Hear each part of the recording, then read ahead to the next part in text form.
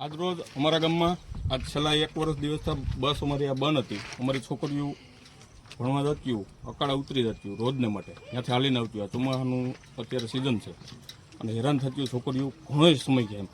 1 વર્ષ દીક્ષા બસ બંધ હતી.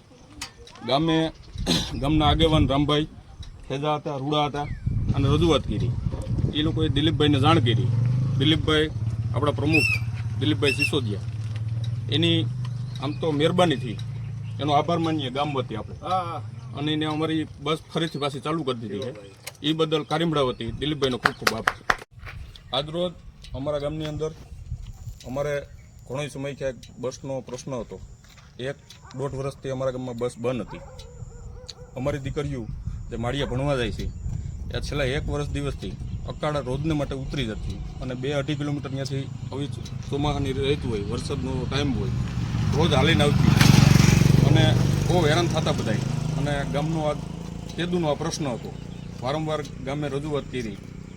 અમે એક ગામના પ્રતિનિધિ તરીકે હોય, આગેવાન હોય, રામભાઈ ઉપસરપંચ હોય, અને અમને આ વાત મગજમાં આવી. અમને ગામે રજૂઆત કરી એટલે અમે વાત સાંભળી કે નહીં, ખરેખર આવો ગામનો પ્રશ્ન હોય તો રામભાઈ દિલીપભાઈ સિસોદિયા તાલુકા પ્રમુખ અને જીવાભાઈ તાલુકા પંચાયતના સદસ્ય એને રજૂઆત કરી. દિલીપભાઈની અને જીવાભાઈની મહેનતથી અમારા ગામમાં જે પ્રશ્ન હતો કેદુનો, એ પ્રશ્ન આજ હલ થઈ ગયો છે. અને અમારા ગામમાં પાછો જે રૂટ બસનો કપાણો હતો એ બસ પાછી ચાલુ થઈ ગઈ છે.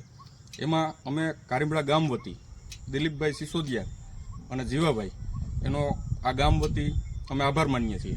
તથા રામભાઈ જે ઉપસરપંચ છે એની પણ અથોક મહેનત હતી. તો આ ગામને પાછી બસ મળી છે. તો કાલીમડા ગામ વતી બધાનો ખૂબ ખૂબ આભાર.